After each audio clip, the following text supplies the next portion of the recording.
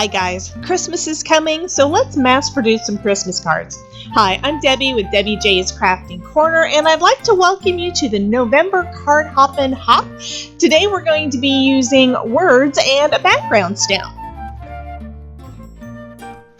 Okay, I don't usually make a sample when I'm making my cards for my videos, but I decided to try this one out just to see how these colors would look, and oh my goodness, I just fell in love with these products. So I'm starting off with the Peel Apart Rubber Background Stamp from Simon Hurley. This is the Stitch Snowflakes. I've used it a couple of times. Actually, the only other time I've used it is when I decided to use also the new stamping book, and that turned out awesome too. So what I'm doing right now is I am going to go ahead and stamp some background panels. I have placed the background stamp inside my stamp platform, so it is actually down where the paper normally is, and then I'm going to place the paper on top.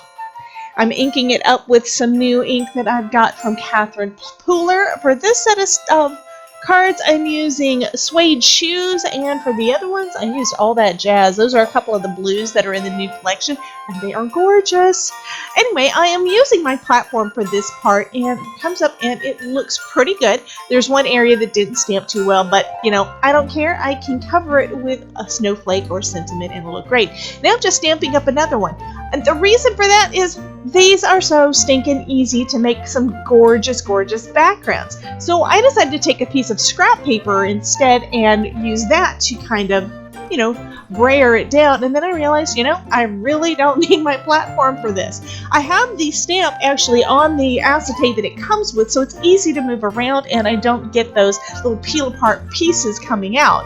So I'm inking it up again. So I have basically done a ton of these. I'm even cutting more paper so I can make some more. As you can probably tell, I kind of went a little bit crazy. These are some that are going to be so fast and easy and beautiful for you to do some mass producing with.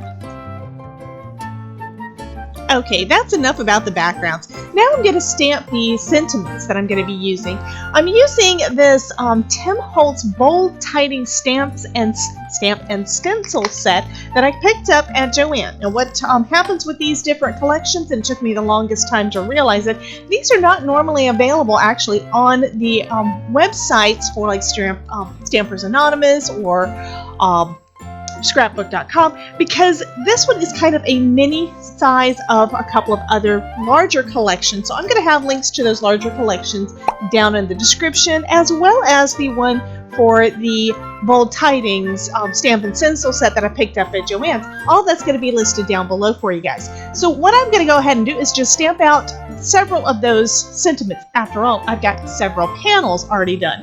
These are brand new stamps. I haven't used them before, so I needed to condition those up a little bit with some Versamark. And now I am positioning it on my platform to figure out exactly where I want to stamp these.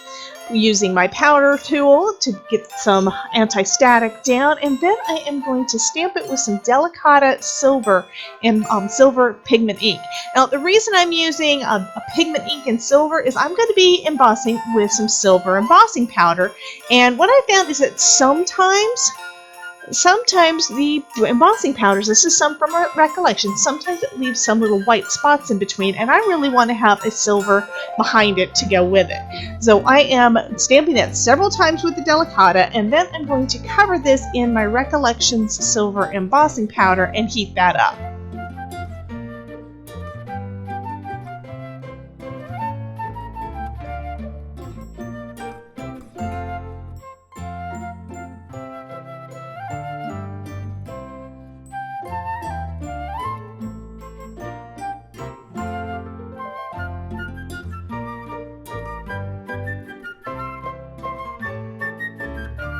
Now that silver looks awesome on white, but I wanted a little bit more pop, so I'm going to use the brand new ink pad to swink and do direct to paper and color up all of that sentiment. I mean, I found that this is just absolutely gorgeous.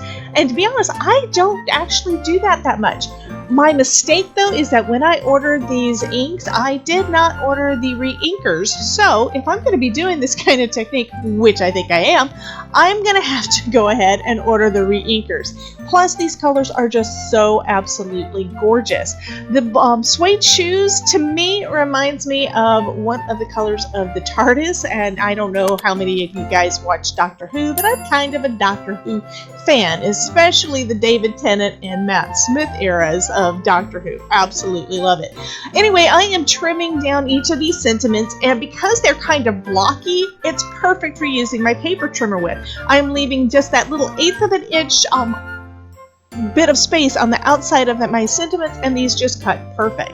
Next, I'm going to trim down my panels to be able to put onto my card base. Actually, skip that. I decided that what I wanted to do is I also wanted to do a line of that same dark blue ink along the edges, kind of as, I don't know, an accent border to go with my snowflake panels.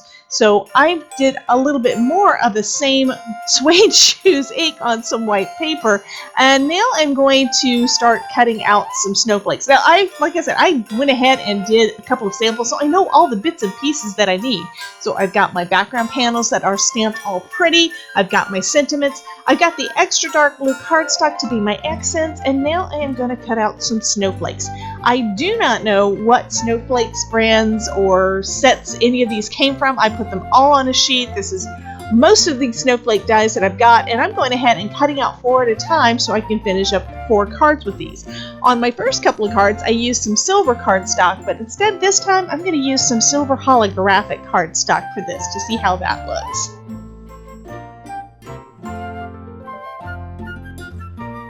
Oh my goodness, those holographic snowflakes are just so pretty. Next, I'm going to cut down these panels. I decided that each of those panels could actually create 2 cards if I place them kind of in the middle and then put those accent strips I was talking about down the side. Now, this blue cardstock that I created has had a little bit of time to dry, so I'm going to cut off little 1/2-inch strips. On my first couple of cards, I used actually 1/4-inch strips. On my first couple of cards, I did 1/2-inch, but I think these 1/4-inch strips actually look better. So first thing I'm going to do is I'm going to go ahead and adhere one of those little strips down, and I'm just using a dot runner adhesive for this part. So I'm just running some of that down and then placing it on my card where I want it, and then I can trim off the end once I'm done. Next, I'm going to put some of that same dot liner adhesive on the back of my snowflake pattern paper and just line it right up with the edge of that blue strip that I've already added on. And then I'm going to do the same thing with another strip of the blue and then line it up on the other side of that snowflake panel. And I think that this just turns out just so, I don't know, I think it's pretty and I think it's kind of elegant, so that is just too cool. Next, I'm going to add one of my snowflakes on and my sentiment. For the snowflake, I'm just using some art glitter glue to basically cover as much of those little spots as I can. This is a delicate die cut, so I can't use too much adhesive, and I don't really want it to seep out the front, because if it does, it could dull the pretty shine of that holographic paper. Once I have that in place, I'm putting it about, I'd say, the lower third of the card. And off to the side a little bit, just so that you can see it a little bit more.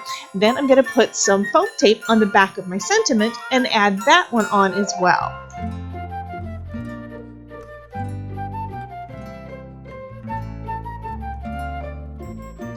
So that pretty much finishes up this card design. I'm trimming off a little bit extra just to make sure that all of my sides are actually straight and don't have any excess.